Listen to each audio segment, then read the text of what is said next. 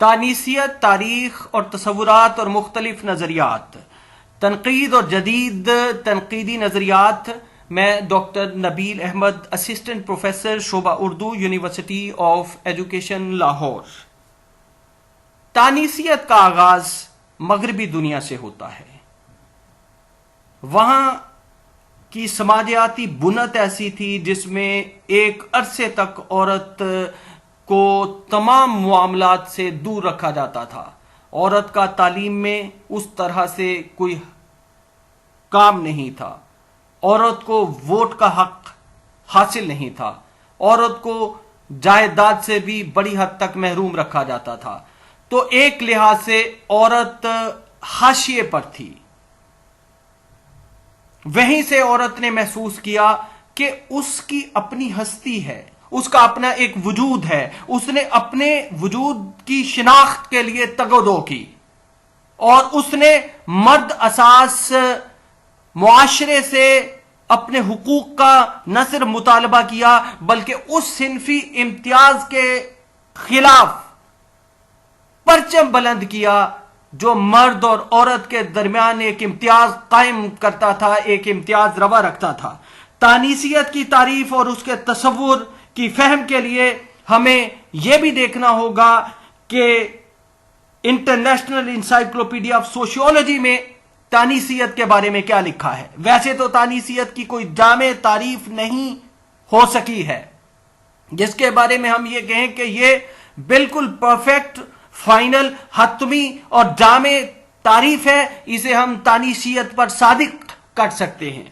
تانیثیت کے بارے میں انسائکلوپیڈیا آف سوشیولوجی میں لکھا ہے: feminism a movement that attempts to institute social, economic and political equality between men and women in society and end distortion in the relationship between men and women, gender and religion. یہ ایک سامنے کی تعریف ہے. اس میں بہت زیادہ گہرائی نہیں ہے، اس میں بہت زیادہ گہرائی نہیں ہے. مذکورہ تعریف کے حوالے سے یہ کہا جا سکتا ہے کہ تانیثیت ایک ایسی تحریک ہے جو مرد اور عورت کے مابین سماجی، سیاسی برابری، معاشی اور ساتھ ہی مرد و زن کے رشتوں میں موجود امتیازات کے خاتمے کی آرزو مند ہے. تانیثیت کی جامع تعریف کرنا، تانیثیت کی کوئی حتمی تعریف کرنا ایک لحاظ سے پاسبل نہیں ہے، کیونکہ جدید تانیثیت کے بہت سے دھارے ہیں. مثلا امریکی تانیثیت، مثلا اٹیلین تانیثیت، مثلا برطانوی تانیثیت، مثلا فرانسیسی تانیثیت، اور اسی طرح سیاہ فام تانیثیت وغیرہ وغیرہ. تو یہاں ایک بات تو صاف ہو جاتی ہے، جغرافی حدود کے اعتبار سے تانیثیت میں، تانیثیت کی تعریف میں تھوڑا بہت فرق ضرور دیکھنے کو ملتا ہے. اس لحاظ سے تانیثیت کی مختلف تعریفیں ہو سکتی ہیں. ہمیں یہ بھی دیکھنے کی کوشش کرنی ہے کہ تانیثیت کا کوئی واضح تصور ہمارے سامنے آتا ہے یا نہیں. انٹرنیشنل انسائکلوپیڈیا آف سوشیولوجی میں ایک اور تعریف اس انداز سے درج ہے: The women's movement is a social movement whose agenda focuses on obtaining equal right and status for women in a male-dominated society. Among its goals are that women be free to decide what careers they want to pursue and what lifestyle they want to adopt. دیکھیے، اس تعریف سے ہمیں یہ پتہ چلتا ہے کہ مرد بالادستی کے سماج میں عورتوں کے لیے برابری کے حقوق اور برابری کے مرتبے کی خواہش یا آرزو مندی کے ساتھ ساتھ اس بات پر بھی اصرار و استقرار کا اندازہ ہوتا ہے کہ خواتین جس طرح ان کی آرزو ہے، جس طرح وہ چاہتی ہیں وہ اپنا کیریئر بنائیں، اور دوسری بات کہ جس انداز سے وہ اپنی زندگی گزارنا چاہتی ہیں، یعنی فریڈم کی بات ہے یہاں انٹلیکچوئل فریڈم بھی ہو سکتی ہے، یہاں مطلب ہر طرح کی آزادی کی بات بھی ہو سکتی ہے۔ انہیں اپنی آزادی پر زور دینا پڑا۔ دیکھیے ایک اور تعریف ویکیپیڈیا میں کچھ اس طرح سے دیکھنے کو ملتی ہے: feminism is a collection of movements and ideologies aimed at defining, establishing and defending equal political, economic and social rights for women. In addition, feminism seeks to establish equal opportunities for women in education and employment. A feminist is an advocate or supporter of the rights and equality of women. ہم نے 3 تعریفیں دیکھی۔ ظاہر ہے کہ تینوں تعریفوں کا تعلق مغربی فکر و دانش سے ہے، وہیں سے یہ پھوٹی ہیں۔ تو ہمیں پتہ چلتا ہے کہ تانیثیت کی تحریک خواتین کے لیے سماج، معیشت، سیاست، تعلیم اور روزگار میں مساوی حقوق کی آرزو مندی کے ساتھ ساتھ گھر کی 4 دیواری میں بھی آزادی کی آرزو مند ہے۔ تانیثیت کی تاریخ سے ایک اور بات کا پتہ چلتا ہے کہ عورت کے حقوق کی بات سب سے پہلے جس مصنفہ نے کی اس کا نام سیفو تھا۔ تانیثیت کی تحریک کی ابتدا ایک سماجی، ایک معاشرتی تحریک کے انداز میں ہوئی تھی، جس کا مطالبہ تھا کہ عورت کو معاشرے میں مرد کے مساوی درجہ دیا جائے، امتیازی سلسلہ ختم کیا جائے، صنفی امتیاز ختم کی جائے، جینڈر کی بنیاد پر تقسیم ختم کی جائے۔ تانیثیت کی تاریخ میں میری وولسٹون کرافٹ کی تصنیف A Vindicate of the Rights of Women اسے بہت زیادہ اہمیت حاصل ہے۔ تانیثیت کی تاریخ کا ایک اہم باب بھی اسے تسلیم کیا جاتا ہے۔ اسی طرح ایک اور کتاب ایڈمنڈ برک کی ہے، اور ایڈمنڈ برک کی کتاب کو بھی اہمیت حاصل ہے۔ ایڈمنڈ برک نے مردوں کے حقوق پر اصرار اور استقرار کیا تھا۔ ظاہر ہے کہ یہیں سے عورت نے اپنے حقوق کا مطالبہ کیا، عورت نے مرد کی بالادستی کو چیلنج کیا، اور اسی کتاب کے بارے میں یہ مانا جاتا ہے کہ اسی کتاب سے تانیثیت کی تاریخ کا آغاز ہوا تھا۔ اسے ہی تانیثیت کے باب میں نشأت ثانیہ کہا جا سکتا ہے، یا تانیثیت کی نشأت ثانیہ کہا جا سکتا ہے۔ دیکھیں، وہ مرد کی بالادستی پر اصرار کرتا تھا اور صنفی امتیاز کا قائل تھا، جبکہ تانیثی خواتین اپنی آزادی، اپنے حقوق کا تقاضا کرتی ہیں، سماجی اداروں میں بھی اور نجی زندگی میں بھی، اور اپنے حقوق کے ساتھ ساتھ اپنی سیلف ریسپیکٹ کا بھی تقاضا کرتی ہیں۔ دیکھیے ایک بات تو بالکل سامنے کی ہے کہ ایک لڑکا ہے، ایک لڑکی ہے، اب جب لڑکا اور لڑکی کے درمیان امتیاز روا رکھا جاتا ہے یا صنفی سطح پر، جینڈر کی سطح پر امتیاز کیا جاتا ہے، تو یہاں کیا نتیجہ نکلتا ہے کہ یہ لڑکا ہے، اس کو اسکول پڑھنے کے لیے بھیجا جائے، یہ لڑکا ہے، اس کو باہر جو ہے وہ کام کے لیے بھیجا جائے، یہ لڑکا ہے، یہ دلیر ہے، یہ بہادر ہے، اس پر قدغنیں نہیں لگائی جاتی، اس پر پابندیاں نہیں لگاتی۔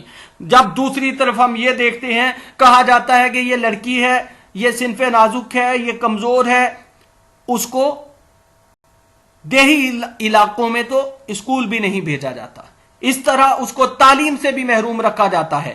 تو معاشرے کے اندر جس کو زیادہ مواقع فراہم کیے جائیں گے وہ زیادہ سیکھے گا اور وہ زیادہ اپنی صلاحیتوں کو بروئے کار لائے گا، اور جس کو کم مواقع میسر آئیں گے ظاہر ہے کہ وہ اپنی صلاحیتوں کو اس طرح سے بروئے کار نہیں لا سکے گا۔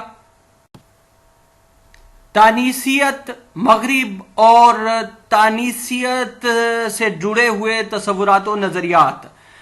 تانیثی تحریک کا باقاعدہ آغاز مغربی معاشروں میں پہل دیکھنے کو ملتا ہے۔ ظاہر ہے کہ تانیثیت کا تعلق عورت اور مرد کے مابین صنفی امتیاز کی بنیاد پر استوار ہوا۔ مذکورہ تحریک عورتوں کی ناگفت بہ اور خستہ حالی کے خلاف ایک ایسی آواز تھی جسے صدائے احتجاج جیسی ترکیب کے ذریعے دکھایا جا سکتا ہے۔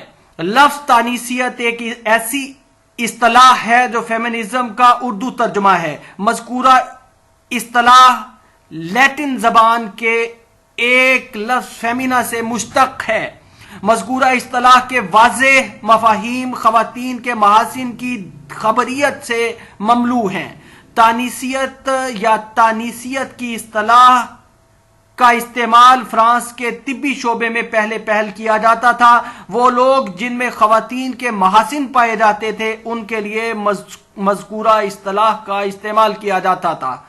اسی اصطلاح کا استعمال ایک فرانسیسی مصنفہ نے ان خواتین کے لیے کیا جو بلند ہمتی، بے خوفی، بلند حوصلگی اور دلیری کے ساتھ میدان حیات میں کام کرتی تھیں۔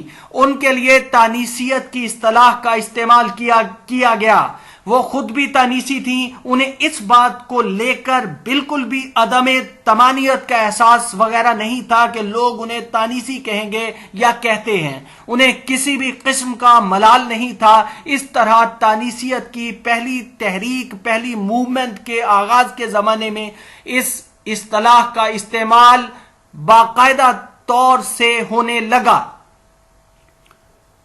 دیکھیے، جب ہم تانیثیت یا تانیثی کے حوالے سے مختلف معاشروں کے ضمن میں مطالعہ کرتے ہیں تو اپنے معاشرے کے اعتبار سے ہمیں ایک بات کا پتہ چلتا ہے کہ جب ایک عورت اپنے دکھ درد کی کہانی جو ہے وہ سناتی ہے اور وہ تمام حقائق جو ہے وہ سناتی ہے، بیان کرتی ہے، لیکن جب اس سے کہا جاتا ہے کہ آپ فیمنزم پر یقین رکھتی ہیں، آپ فیمنسٹ ہیں، تو وہ اس سے یکسر انکار کر دیتی ہے۔ وہ ایک طرح کے خوف میں مبتلا ہوتی ہے۔ دیکھیے، بات یہ ہے کہ تانیثی ہونا کوئی جرم نہیں ہے۔ تانیثیت کا مطلب یہ ہے کہ صنفی امتیاز روا نہ رکھا جائے، یعنی مردانہ اساس معاشرے میں جس طرح سے عورت کے ساتھ صنفی امتیازات روا رکھے جاتے ہیں، تانیثی خواتین اسی کا مطالبہ کرتی ہیں کہ اس طرح کی صورتحال پیدا نہیں ہونی چاہیے۔ اور پھر جب ہم معاشرے کے اندر، ریاستی اداروں کے اندر، گھر کے اندر، گھر کی چار دیواری کے اندر جب ہم دیکھتے ہیں تو کیا ہوتا ہے کہ مواقع کس کو دیے جاتے ہیں؟ مرد کو مواقع میسر آتے ہیں اور عورت کو ان مواقعوں سے محروم کر دیا جاتا ہے۔ نتیجہ کیا نکلتا ہے کہ ایک محروم رہ جاتا ہے اور ایک اپنی صلاحیتوں کو بروئے کار لاتا ہے۔ دیکھیے، جب ایک لڑکی ذہین ہے اور ہو سکتی ہے، اگر ایک بچہ ہو سکتا ہے تو لڑکی کیوں نہیں ذہین ہو سکتی؟ اگر ایک لڑکی کو مواقع فراہم کیے جائیں کہ وہ اپنی صلاحیتوں کو بروئے کار لائے تو نتیجتاً وہ بھی ذہین ہو سکتی ہے، وہ بھی فتین ہو سکتی ہے۔ اس طرح کے خیالات نے ایک اور تحریک کو جنم دیا مغرب میں، جسے لبرلزم کہا جاتا ہے، اور اس نے پوری دنیا کے انسانوں کو برابری کی بنیاد پر انفرادی یا شخصی آزادی کی طرف مائل کیا۔ عورتوں کو سیاسی اعتبار سے مردوں کی طرح ووٹ دینے کا ایک زمانے تک مغرب میں حق نہیں تھا۔ اس عورت نے اپنے لیے حق رائے دہی کے لیے تقاضا کیا۔ اس نے یہ تقاضا کیا کہ اسے بھی مرد کی طرح ووٹ دینے کا حق دیا جائے. ظاہر ہے اگر ایک بار عورت ملک کی سیاست میں انٹر ہو جاتی ہے اور اسے برابری حاصل ہو جاتی ہے تو پھر وہ اپنے ووٹ کے ذریعے مختلف ملکی امور چلانے والے اداروں کا بھی حصہ بن سکتی ہے. دیکھیے فرانس میں مردوں کو ووٹ دینے کا حق 1870 میں حاصل ہو گیا تھا، لیکن جب ہم فرانس کی تاریخ کا مطالعہ کرتے ہیں تو ہمیں پتہ چلتا ہے کہ عورت کو ووٹ دینے کا حق کب حاصل ہوا؟ 1944 میں، 1944 میں عورت کو فرانس میں ووٹ دینے کا حق حاصل ہوا تھا. اس کا مطلب یہ ہے کہ ایک عرصے تک عورت کے ساتھ صنفی امتیاز روا رکھا جاتا رہا. تانیسی تحریک کی تاریخ میں جان اسٹوارٹ کا نام بھی اہمیت کا حامل ہے. جان اسٹوارٹ نے اپنی کتاب آن دا سبجوگیشن آف وومن میں اپنے تانیسی خیالات کا اظہار کیا تھا اور کہا تھا کہ ہمارے معاشروں میں مرد ہر جگہ خود مختار، اپنی مرضی کا مالک اور آزاد ہے، لیکن عورتیں ہر جگہ تابع فرمان اور اطاعت گزاری کی زندگی بسر کر رہی ہیں. عورتیں نہ تو مکمل طور پر آزاد ہیں اور نہ ہی انہیں کوئی اختیار حاصل ہے کہ وہ اپنی شخصیت کی تشکیل کر سکیں. مردانہ بالادستی کے معاشروں اور اس کے جبریت کے خلاف اسٹوارٹ نے صدائے احتجاج بلند کی تھی اور کہا تھا کہ عورتوں کو ان کی پسند کی زندگی جینے اور ان کو اپنا کریئر بنانے کا حق دینا چاہیے. اس نے صدیوں سے چلے آ رہے مردانہ بالادستی کے نظام کی یہ بات ماننے سے انکار کر دیا تھا کہ عورت کی فطرت میں خوف زدگی، بزدلی، نرمی، جذباتیت، اطاعت گزاریت اور غیر منطقیت جیسے عناصر پائے جاتے ہیں. اس نے اس تصور کو جو عورت سے منسوب تھا یکسر رد کر کے رکھ دیا تھا. اس لیے وہ صرف آنے والی نسلوں کی پرورش ہی کر سکتی ہے. اس نے اس بات کو بھی رد کر کے رکھ دیا تھا. تانیسیت کی تاریخ میں ایک اور نام نہایت اہمیت کا حامل ہے جسے ورجینیا وولف کہا جاتا ہے. ورجینیا وولف نے اپنا ناول لکھا A Room of One's Own، اور اس نے اپنے ناول میں وہ باتیں کی جو اس سے پہلے نہیں کی گئی تھیں. اس نے اپنے ناول میں معاشرے میں عورت اور اس کی حیثیت کا ایک نئے انداز سے تجزیہ کیا تھا، ایک نئے انداز سے تعبیر کی تھی. اس نے روم کو یعنی کمرے کو ایک میٹافر کے طور پر برتا تھا کہ عورت کے لیے نہ تو گھر میں کوئی جگہ ہے اور نہ ہی معاشرے میں اور نہ ہی ادبی تاریخ میں اور نہ گھر کے اندر کوئی کمرہ ہے. مطلب کہ اس کی کوئی حیثیت نہیں ہے، اس کا کوئی وجود معنی نہیں رکھتا. وہ یہ بھی تسلیم کرتی تھی کہ گھر میں عورت کے لیے کوئی کمرہ ہی نہیں ہے، نہ ہوتا ہے. ہاں گھر کے اندر اگر اس کے لیے کوئی جگہ ہے تو وہ بس باورچی خانہ ہوتا ہے.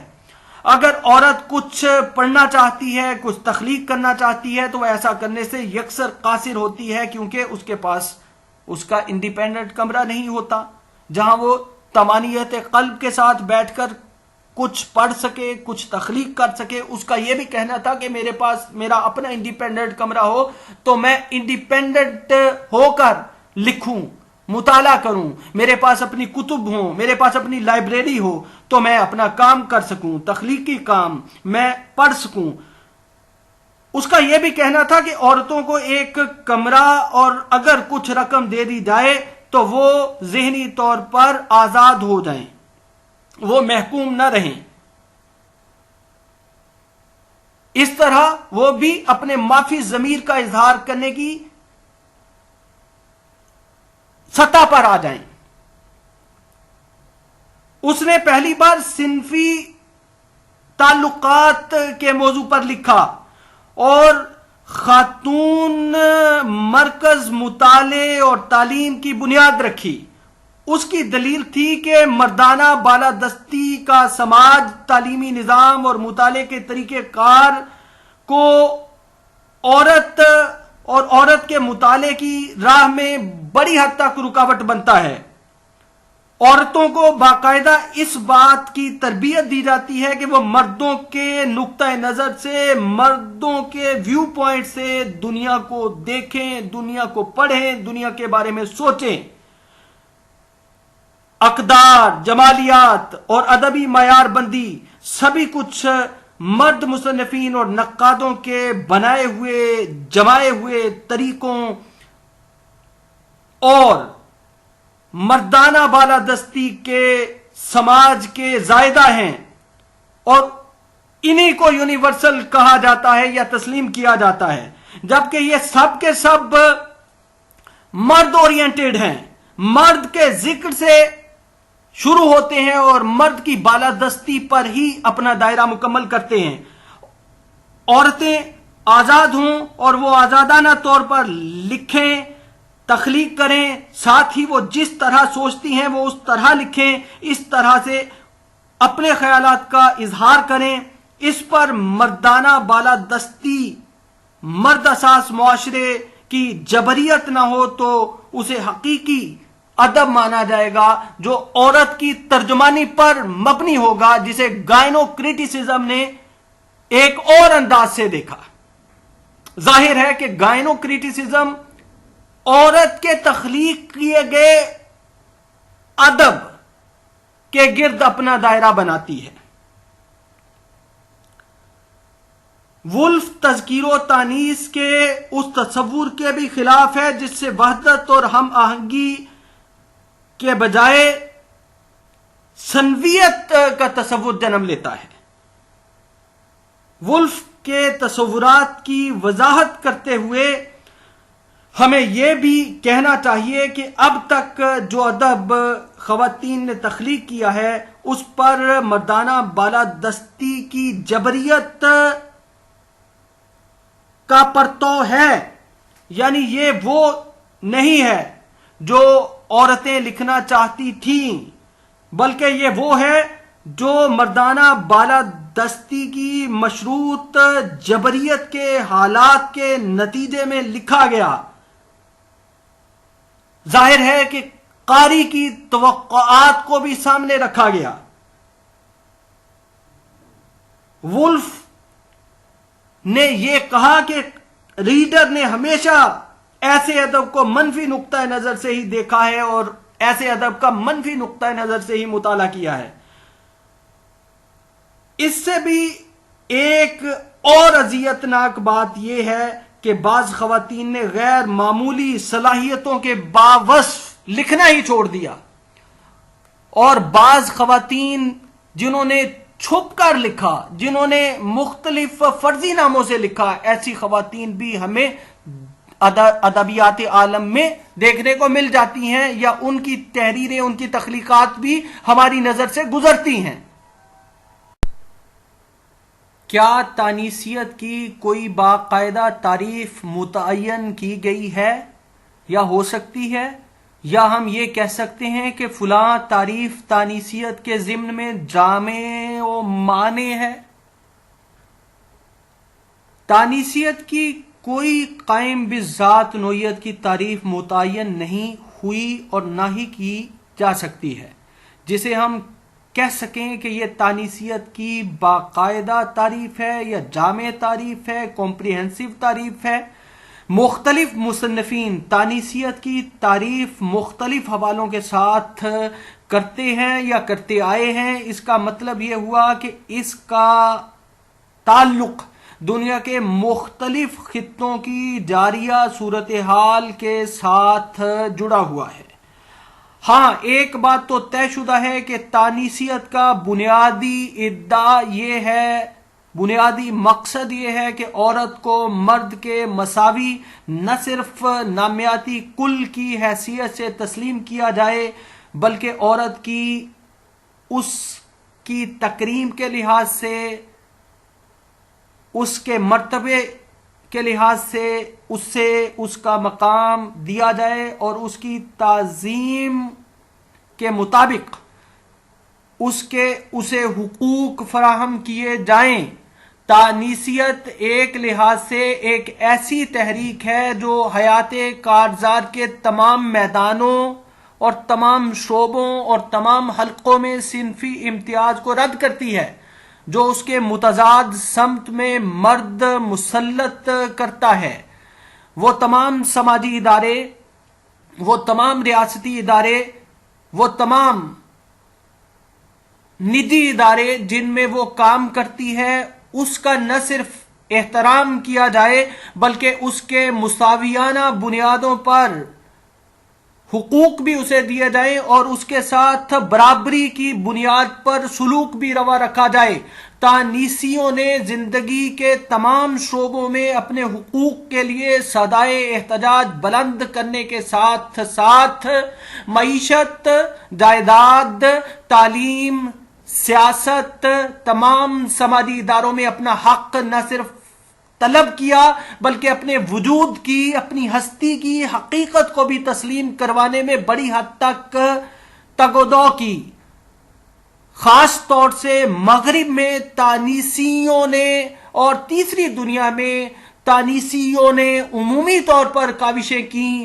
تانیثیت عورت اور مرد کے مابین مرد کی بالادستی کے برعکس صنفی امتیازات پر کاری ضرب لگاتی ہے۔ تانیثیت زندگی کے تمام شعبوں سے تعلق رکھتی ہے۔ ظاہر ہے کہ عورت کا تعلق زندگی کے تمام شعبوں کے ساتھ ہے، گھر کی چار دیواری سے شروع ہوتا ہے اور سماج کے تمام اداروں کو محیط ہے۔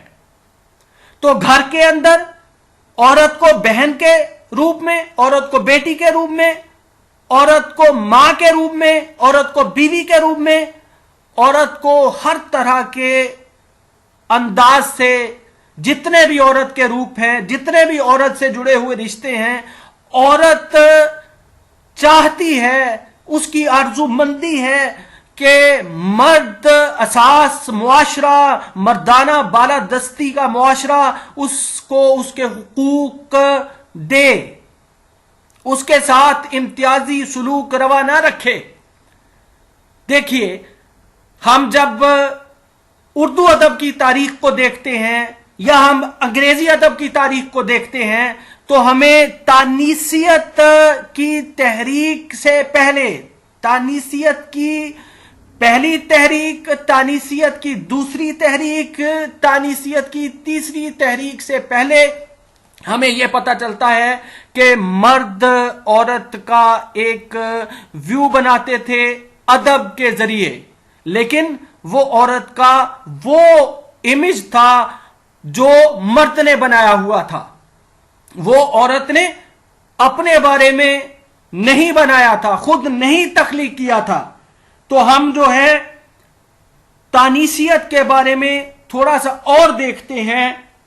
To put it in another way, feminist literary criticism can be said to have two dimensions. The first is concerned with women as reader, women as the consumer of male created literature, and the second is concerned with women as writer, woman as the creator of literature.